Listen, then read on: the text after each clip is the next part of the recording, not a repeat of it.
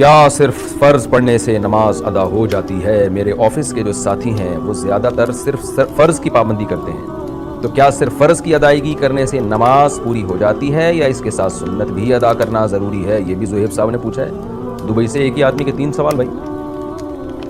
دیکھیں، سنت موقدہ وہ سنت ہے جس کی بہت زیادہ تاکید ہے، جو نبی صلی اللہ علیہ وسلم نے ہمیشہ پڑھی ہے۔ جیسے فجر کی 2 سنتیں آپ ہمیشہ پڑھتے تھے، ظہر سے پہلے کی 4 سنتیں، ظہر کے بعد کی 2 سنتیں، مغرب کے بعد کی 2 سنتیں، عشاء کے بعد کی 2 سنتیں۔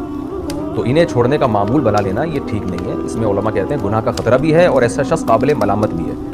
تو اپنے دوستوں کو سمجھائیں کہ یہ کام نہ کریں آپ۔ تو اس کی مثال ایسے جیسے فجر کی نماز میں امام صاحب اگر انا آتینا کل کوثر پڑھ کے رکوع کر لیں اور اسی طرح ہمیشہ کیا کریں تو نماز تو ہو جائے گی فجر کی نماز، کیونکہ سورہ فاتحہ بھی پڑھ لی، تلاوت بھی کر لی۔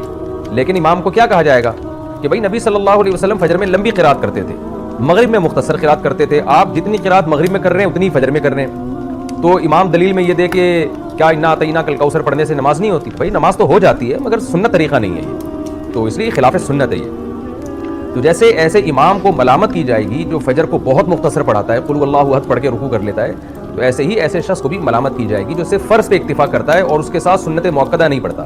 لیکن بہرحال فرض ادا ہو جاتے ہیں اگر کوئی سنت موقدہ نہ بھی پڑھے، اور فرض اور سنت میں فرق بھی زمین آسمان کا ہے۔ کوئی سنت موقدہ چھوڑ دیتا ہے تو قابل ملامت ہے، لیکن اگر فرض چھوڑ دیتا ہے وہ تو بہت سے فقہا کے نزدیک تو وہ اسلام سے ہی نکل جاتا ہے۔ تو اس لیے some thing is better than nothing. آپ کے دوست ان لوگوں سے بہرحال کروڑہ گنا بہتر ہے جو فرض ہی نہیں پڑھتے سرے سے، کیونکہ فرض نماز جان بوجھ کر چھوڑ دینا اس سے بڑا اسلام میں کوئی گناہ نہیں ہے۔